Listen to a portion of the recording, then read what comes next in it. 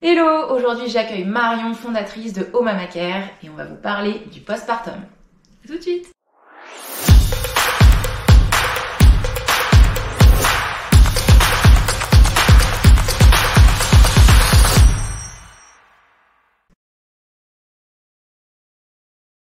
Alors, le postpartum, c'est toute la période qui suit l'accouchement.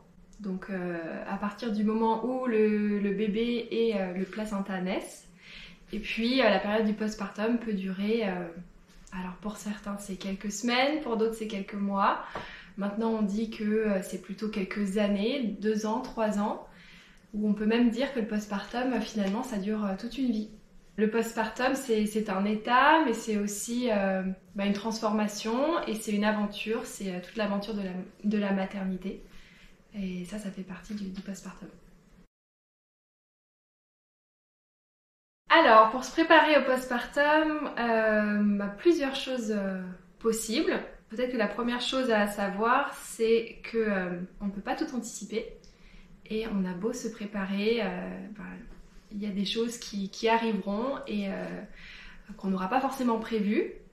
Et il faut aussi garder cette flexibilité, se dire voilà, je pensais que ça allait se passer comme ça, j'avais anticipé telle chose, je m'étais préparée de cette façon, mais au final, voilà les choses telles qu'elles sont. Mais on peut quand même se préparer et anticiper certaines choses, et notamment l'entourage. Donc qui va être là en fait les premières heures, les premiers jours, et puis ensuite les premières semaines, parce que le postpartum vraiment immédiat quand le bébé naît, évidemment c'est très important. Mais ce qui est important aussi, c'est d'être entouré sur le long terme, et c'est ça qui va faire toute la différence. Donc voilà, on peut prévoir évidemment la famille, les amis, on peut prévoir de préparer tout un tas de petits plats qu'on va congeler, qu'on va pouvoir ressortir au bon moment. Mais vraiment, le plus important, c'est l'entourage et aussi les professionnels vers qui on va pouvoir se tourner en cas de nécessité. Et c'est bien d'avoir les contacts avant l'accouchement, comme ça quand le bébé est là, on n'a plus besoin de réfléchir. On peut juste prendre son téléphone et puis appeler la bonne personne. C'est vrai que pour certaines personnes, le terme postpartum est assez flou. Le postpartum, encore une fois, c'est vraiment toute la période qui suit la naissance de l'enfant. Donc à partir du moment où on a porté un bébé et qu'on le met au monde, eh bien, on rentre dans cette période du postpartum. Mais qui dit postpartum ne dit pas forcément dépression postpartum, bien au contraire. Toutes les femmes ne vivent pas de dépression postpartum, et heureusement. Mais c'est vrai qu'il y en a quand même beaucoup. On estime qu'environ 20% des jeunes mamans vivent ou vivront une dépression postpartum, donc dans les 12 mois qui suivent la naissance du bébé. Mais en réalité, c'est certainement beaucoup plus, parce qu'il n'y a pas d'études récentes qui ont été menées sur ce sujet-là. Et puis très souvent, les mamans n'en parlent pas, donc elles ne sont pas diagnostiquées. Donc les chiffres ne sont pas très précis, certainement pas très justes. La dépression postpartum, c'est vraiment un état de grande tristesse, mais aussi de grande anxiété, et qui dure dans le temps. Contrairement au baby blues dont tout le monde parle, le baby blues c'est un état aussi de tristesse, mais qui est très proche de l'accouchement, qui ne dure pas plus de 3 semaines, et qui va finir par s'estomper assez rapidement, on va dire, dans le premier mois qui suit la naissance du bébé. Alors que la dépression postpartum peut vraiment se déclarer jusqu'au premier anniversaire de l'enfant, et va durer beaucoup plus longtemps dans le temps. Parce que en fait, c'est la dépression postpartum, elle va être déclenchée en fait par tout ce, alors je vais dire par la naissance du bébé, mais pas vraiment. C'est par cet état de fatigue que l'on connaît avec l'arrivée d'un bébé, forcément. Un état aussi d'angoisse, d'hypervigilance, et puis quand on devient maman, on se transforme vraiment sur le plan identitaire, parce qu'on devient nous-mêmes mères. Les rôles dans notre famille sont redistribués, et puis on se reconstruit aussi avec ce nouveau rôle-là. Qui je suis, moi avant j'étais telle personne, aujourd'hui j'ai en plus cette casquette de maman, Et j'ai aussi un équilibre à reconstruire, à retrouver dans ma famille, dans mon couple. Et voilà, c'est une période de grande transformation, de grands bouleversements. Il y a forcément aussi des changements hormonaux. Voilà, c'est tout un tas de choses qui font que, en fait, la maman qui n'est pas bien entourée, pas suffisamment épaulée, pas rassurée et pas accompagnée en fait sur son chemin de maternité, qui peut finalement souffrir d'une dépression postpartum.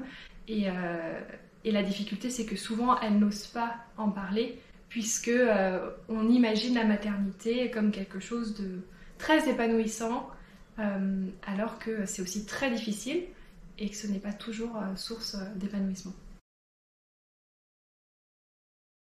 Il y a plusieurs cas de figure, c'est-à-dire que finalement, une maman pour qui la grossesse s'est bien passée, que l'accouchement s'est bien passé aussi, qui ne présente pas en fait de difficultés particulières dans les jours qui suivent l'accouchement, de difficultés cliniques, on va dire, si elle va bien cliniquement.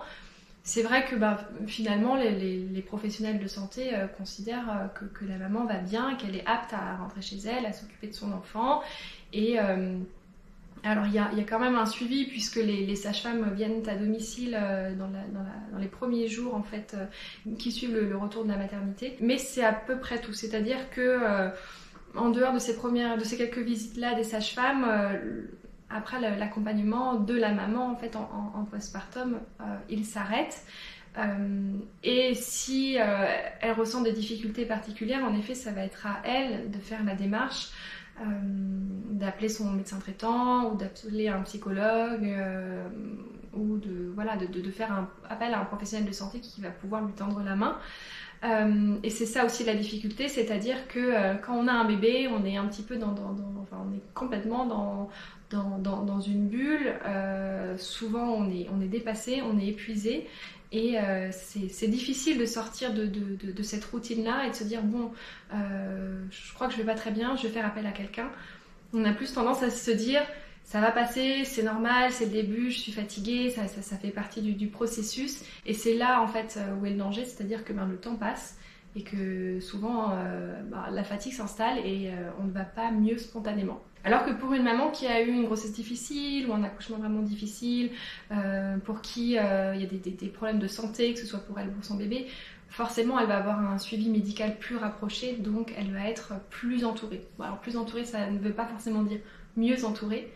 Et c'est pour ça aussi que c'est intéressant pour la maman dès la grossesse de s'entourer de personnes bienveillantes, avec lesquelles elle se sent vraiment, elle, alignée et en phase. Donc une sage-femme, ça peut être un gynécologue, ça peut être une doula, ou une amie ou des amis, mais des personnes sur lesquelles elle va vraiment pouvoir compter au moment où elle sera en difficulté au cours de son postpartum. Et puis s'il n'y a pas de difficulté, c'est très bien. Elle n'aura pas forcément besoin de solliciter ces personnes-là. Et sinon, au moins, elle aura déjà son entourage prêt à venir l'aider. Mais il n'y a pas vraiment de structure ou de suivi à proprement parler prévu en postnatal. Alors une doula, ça peut être une maman, une sœur, une amie, ou alors quelqu'un qu'on ne connaît pas, qui a suivi une formation en fait pour accompagner les femmes sur le plan émotionnel, on va dire. La doula, elle se tient aux côtés de la femme. Alors pas uniquement au moment de sa maternité, ça peut être au cours de toutes les grandes étapes en fait de sa vie de femme. Ici on se concentre vraiment sur la période de la maternité, la grossesse et le postpartum. Mais vraiment pour résumer, la doula c'est une femme aux côtés des autres femmes pour les accompagner, les guider, les soutenir, les écouter au travers de ces grandes étapes-là. Pendant la grossesse, voilà, la doula, elle accompagne vraiment la femme, mais aussi le couple, notamment sur leur projet de naissance. Et elle n'est pas là pour les influencer, pour leur dire quoi faire, bien au contraire, mais pour les écouter, pour respecter leurs choix, pour les accompagner dans leur démarche et pour les aider à aller jusqu'au bout de leur projet en accord avec leurs propres valeurs. Et puis ensuite, en postpartum, la doula, encore une fois, elle est là à côté de la maman, du papa, du bébé. Elle est là pour accueillir les émotions, pour que les parents puissent se confier et pour qu'ils aient quelqu'un vraiment sur qui compter. Aujourd'hui, il y a énormément de familles qui vivent loin de leurs proches, qui n'ont plus ce cercle familial, et parfois il n'y a pas de cercle amical non plus, parce qu'on est souvent amené à déménager pour des raisons professionnelles ou voilà, d'autres raisons. Et ça, c'est une grande difficulté en fait pour les jeunes parents qui se retrouvent complètement isolés, qui n'ont pas de relais et qui démarrent cette aventure de la parentalité complètement seuls et qui peuvent se retrouver bouleversés, dépassés, sans savoir vers qui se tourner. Donc la doula, elle est là pour ça. Pour qu'on puisse se dire, en fait, je sais qui appeler, je sais qu'il y a une personne sur qui je vais pouvoir compter, qui va venir chez moi, qui va être là pour moi, pour prendre soin de moi en tant que parent. Voilà. Donc, c'est d'abord ce soutien émotionnel-là. Et en postpartum, la doula, elle contribue aussi à l'entretien de la maison, au bon fonctionnement du foyer. Donc, ça peut être préparer des repas, faire un petit peu de ménage, s'occuper de l'intendance pour que les parents soient soulagés de ce point de vue-là et qu'ils puissent se concentrer sur l'essentiel, c'est-à-dire eux en tant que famille et leur bébé. Voilà. Dès le départ, en fait, c'est vrai que quand on apprend une grossesse, tout de suite on va penser à l'accouchement. Où est-ce que je vais accoucher, comment est-ce que je souhaite accoucher, comment ça va se passer. Voilà, on fait beaucoup de projections sur l'accouchement parce que, alors c'est sûr, c'est une étape importante et tout est orienté, je veux dire, le suivi médical est vraiment orienté, concentré sur l'accouchement, comme si en fait l'accouchement était une fin en soi, alors que finalement l'accouchement c'est vraiment le point de départ de cette parentalité et que finalement le postpartum, eh bien, c'est pour tout le reste de la vie, alors que l'accouchement c'est vraiment un moment qui est assez court finalement dans le temps. Donc l'idéal c'est vraiment de se préparer en fait dès le départ. Penser à l'accouchement certes, mais aussi en même temps penser à l'après. Encore une fois, qui va être là pour moi, comment on s'organise d'un point de vue du travail du ou de la partenaire, est-ce que ma famille, ma belle famille va pouvoir venir, est-ce que j'ai mes amis qui vont pouvoir me donner un coup de main, voilà, c'est important d'essayer de se projeter pour s'organiser au mieux. Encore une fois, on ne peut pas tout anticiper, mais en effet, l'idée est de prévenir pour ne pas avoir à guérir par la suite. Alors, au Mama Care, c'est la première aide à domicile pour les jeunes mamans. Et vraiment, l'objectif de ce projet, c'est de briser l'isolement justement des jeunes familles. Parce que, comme je viens de le dire, en fait, c'est vrai que maintenant, on est très souvent isolés, loin de nos propres parents, de notre cercle familial, amical. Voilà, on se retrouve seul avec un nouveau-né, c'est pas évident. Et on a besoin en fait de recréer cette structure, vraiment ce cercle, ce cocon, ce village comme on dit maintenant pour nous accompagner tout au long des premières semaines, mais aussi des premiers mois de la vie de notre enfant. Donc vraiment briser l'isolement pour moi c'était l'objectif numéro 1. Je l'ai moi-même vécu en fait cet isolement en postpartum et ça fait énormément de mal parce qu'on se trouve coupé du monde, vraiment oui coupé des autres et très fatigué sans avoir de temps pour se retrouver avec soi-même, avec notre conjoint. Et vraiment l'entourage est fondamental pour que la famille puisse retrouver un équilibre. Il n'y a pas de limite dans le temps, vous pouvez appeler même si votre bébé a 2 ans, 3 ans, même si c'est un grand, parce que encore une fois, l'accompagnante, la doula, elle n'est pas là que pour la période qui entoure l'accouchement, mais elle l'accompagne vraiment tout au long de la vie. Donc dès qu'on ressent une difficulté, si on sent qu'on est fatigué, qu'on a besoin d'un coup de main, qu'on se sent seul, on peut appeler. Ok, Super, merci Voilà. beaucoup Marion. Merci Alix.